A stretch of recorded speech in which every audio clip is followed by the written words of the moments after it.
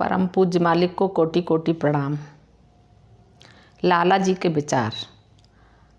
लाला जी कहते हैं, हर अभ्यासी को शुरू से ही अपनी नैतिक दशा को सुधारने का प्रयास करना चाहिए। मैंने नैतिकता की उपेक्षा करके कभी भी अध्यात्म पर बल नहीं दिया है। आंतरिक संवेदनाओं को कोई शांत करने की कोशिश नहीं करता, चाहे कोई आदमी ध्रुव की अवस्था क्यों न प्राप्त कर ले। अगर वह नैतिक रूप से दुर्बल है तो मैं यही कहूँगा कि उसे असली रत्न नहीं मिला। पूर्ण सदाचार वह है जिसमें आदमी में मौजूद हर चीज़ सौम्य अवस्था में आ जाए। अगर इसको भी नकार दिया जाए तो ऐसे आदमी की कोई बराबरी नहीं कर सकता।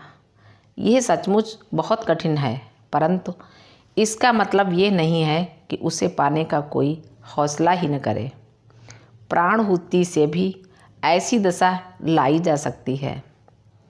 इन दिनों घटनाएं इस तरह की हो रही हैं कि हमारे लिए अपने आप को अछूता रखना कठिन हो गया है। आदमी वही है जो हर परिस्थिति में जिंदगी बिताने को तैयार है।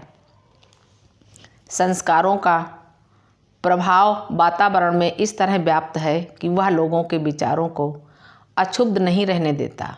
ये हमारी ही गलती है। हमारी इच्छा शक्ति इतनी दुर्बल हो गई है कि उसके सुधारने की कोई उम्मीद नहीं है। कारण ये है कि लोगों को अपने विचारों को बिखरा कर रखने में मज़ा आता है। कोई आदमी किसी काम को पूरा करने के बाद भी उसकी ओर से निश्चिंत नहीं हो पाता। मन की उलझन का कारण ये है कि एक ही समय में अनेकानेक विचारों को आने दिया जाता है या किसी एक विचार पर अतिशय बल दिया जाता है, जिसका फल ये होता है कि वह मन को आक्रांत कर देता है। इससे बचने की एक ही दवा है, कोई भी काम जिसका संबंध ईश्वर से है इस तरह से हाथ में लिया जाए कि वही मोक्ष का कारण बन जाए। हम अपने मिशन में शुरू से ही यही करते हैं। जो इस पर चलता है सफलता पाता है। दूसरी बात जिसे करना हर किसी के लिए ज़रूरी है वह यह कि अपने को इस तरह से ढालना चाहिए कि प्रेम और भक्ति को ही मुख्य उद्देश्य समझकर उनकी गिरफ्त में आ जाए। अब एक सवाल उठता है कि यह सब कैसे हासिल किया जा सकता है। उत्तर ये है कि वह किसी ऐसे विशिष्ट व्यक्ति को जिसे वह पूर्ण समझता हो ईश्वर का रूप माने और उससे प्यार करने लग जाए। फिर एक बात रह जाती है, प्यार की भावना कैसे पैदा की जाए।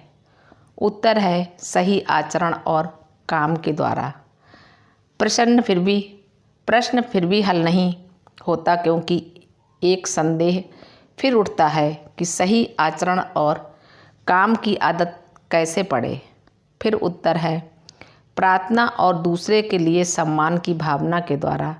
एक और सवाल उठता है, इस दशा तक हम कैसे पहुँचें। उत्तर है अच्छी संगति में रहकर संतों और भक्तों की कथाएं पढ़ना भी इसमें शामिल है। बिना किसी अभ्यास के इच्छा शक्ति कैसे दृढ़ की जा सकती है। उत्तर है किसी एक काम को महत्वपूर्ण मान लो और बाकी सबको गौड़। सबसे पहले एक इच्छा मन में रहनी चाहिए कि मुझे अपनी इच्छा शक्ति सबल बनानी है। तब उसे उस काम को हाथ में लेना चाहिए।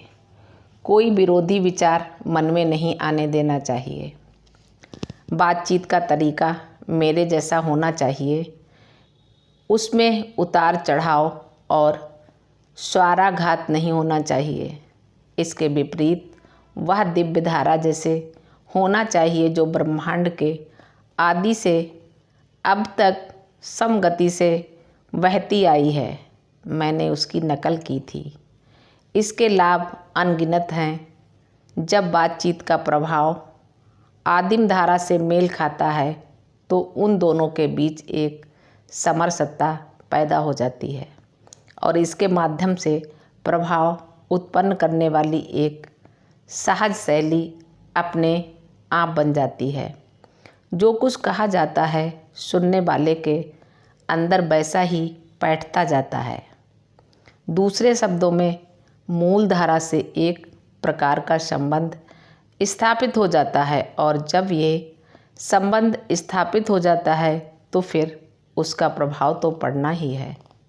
अगर कोई इसकी नकल करे तो वे ही शब्द जिनके द्वारा असर डालने की मंशा है मुंह से निकलेंगे और ये शब्द उपयुक्त होंगे। इसका अभ्यास करने की विधि ये है, सबसे पहले बातचीत के दौरान उतार चढ़ाव दूर करने की कोशिश करनी चाहिए। इसे तीखापन या कर्कशता भी कहा जा सकता है। जिस हद तक ये चीज़ें कम की जाएंगी उसी हद तक इस धारा का मूल धारा से सामंजस्य होगा। तीखापन से मेरा मतलब केवल क्रोध से नहीं है जो इथूल है। मेरा आशय ये है कि प्रवाह में किसी तरह का भारीपन न हो। शांत हवा की लहरें इसका एक उदाहरण हो सकती हैं। इसको हासिल कर पाना बहुत कठिन है, परंतु दीर्घकाल के अभ्यास और साहस से जिसके पीछे गुरु कृपा का सहारा हो हर चीज़ संभव हो सकेगी। मालिक को प्रणाम। सभी अभ्यासी भाई बहनों को नमस्कार। धन्यवाद।